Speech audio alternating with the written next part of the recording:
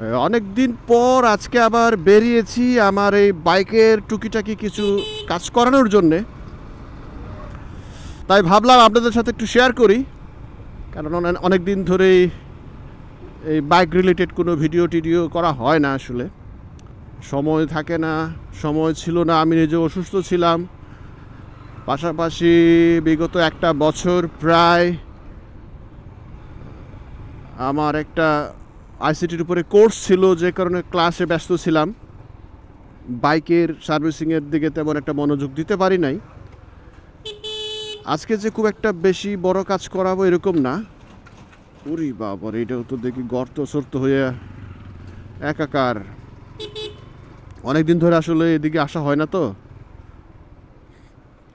এরই মধ্যে অনেকগুলো বৃষ্টি ছিল, বৃষ্টির কারণে পানি জমে টমে, আবার উপরে গাছ আছে, বড় বড় গাছ, যে কারণে বৃষ্টি পড়ার পরে রোদ উঠলেও এখানকার এটা শুকায় না, জায়গাটা কিছুটা ঢালু। আচ্ছা, যেটা বলতেছিলাম যে আজকে টুকিটাকি কিছু কাজ করাবো, এটা হলো যে প্রথম কাজটা এই বাইকের হর্নটার একটু কাজ করাবো। আপনারা নিচে শুনতে পাচ্ছেন, শুধুমাত্র এই সিঙ্গেল হর্নটায় বাজতেছে। অনেকক্ষণ চাপলে মাঝে মাঝে ডাবল হয়, না হলে সিঙ্গেলটাই বাজে। এই কাজটা হলো করাবো। পাশাপাশি একটা অকটেন বুস্টার নিতে হবে।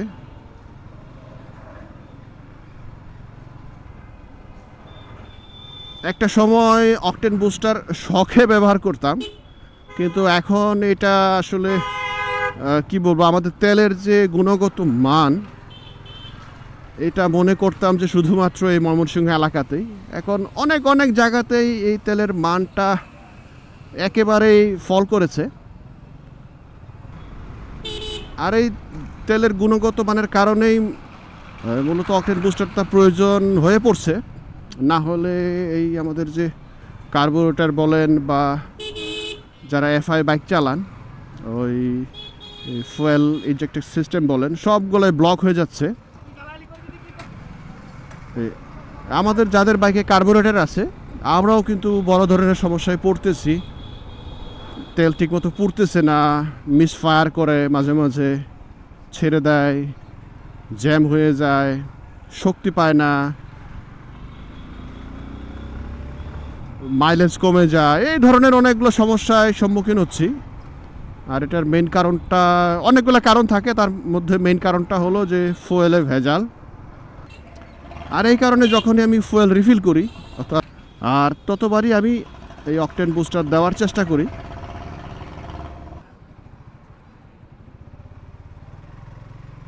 আরে আদাব, হ্যাঁ, এই তো। কি অবস্থা? আপনি সব এরকম বিশাল বিশাল গ্ল্যামার, হ্যাঁ,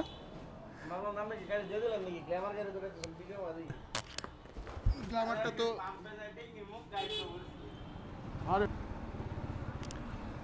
আপাতত হর্নের ঝামেলা কিছুটা দূর করা গেছে। যে সমস্যা ছিল, যেটা হলো যে আমি ডাবল হর্ন ইউজ করতাম, তার মধ্যে একটা নষ্ট হয়ে গেছে আর একটা ভালো আছে। যেটা শুরুতে যেরকম ছিল আর কি, স্টকে যেরকম থাকে, যে শুধুমাত্র সিঙ্গেল হর্ন থাকে।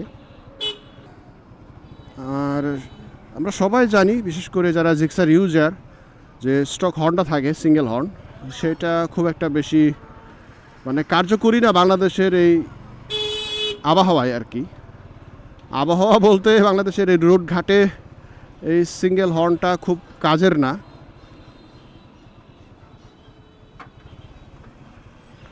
যে কারণে আগে স্টকটা বাদ দিয়ে ওই আফটার মার্কেট হর্ন লাগিয়েছিলাম।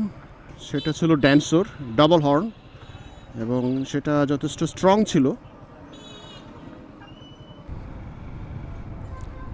যেহেতু দুইটার একটা কেটে গেছে, সে কারণে ভাবছিলাম যে সিঙ্গেলটা ইউজ করব, কিন্তু আসলে সিঙ্গেলটা আসলে সেই স্টক হর্নের মতোই খুব একটা বেশি সাউন্ড প্রডিউস করে না। যে কারণে এই ফরহাদ ভাই, তার কাছে একটা ছিল, মানে অন্য একটা, ওইটা লাগিয়ে দিয়েছে। মানে যদিও হর্নটা এখনও স্টকের মতো শোনা যাচ্ছে, যেহেতু ডাবল, সে কারণে সাউন্ডটা খুব চিকন হলেও যথেষ্ট স্ট্রং, যথেষ্ট কি বলবো লাউড। যাই হোক, এই হলো অবস্থা। এর হর্নের কাজ মোটামুটি শেষ।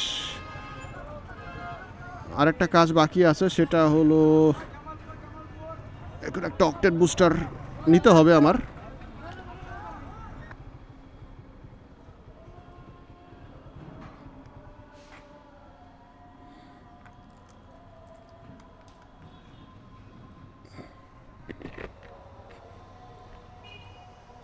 এই হলো পাঠান মোটরস।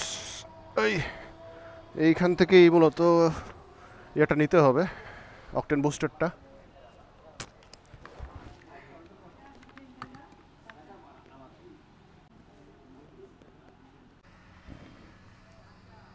ঝামেলা আছে, এটা কীভাবে ভরি?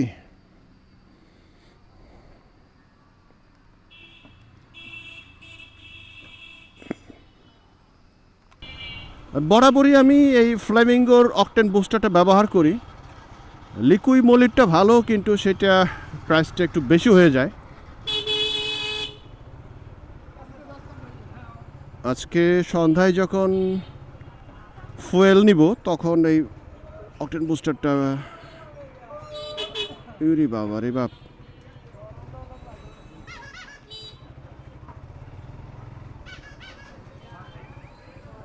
এই সন্ধ্যায় যখন ট্যাঙ্কি ফুল করব সেই সময় এই অক্টেন বুস্টারটা আমাকে মিক্স করতে হবে।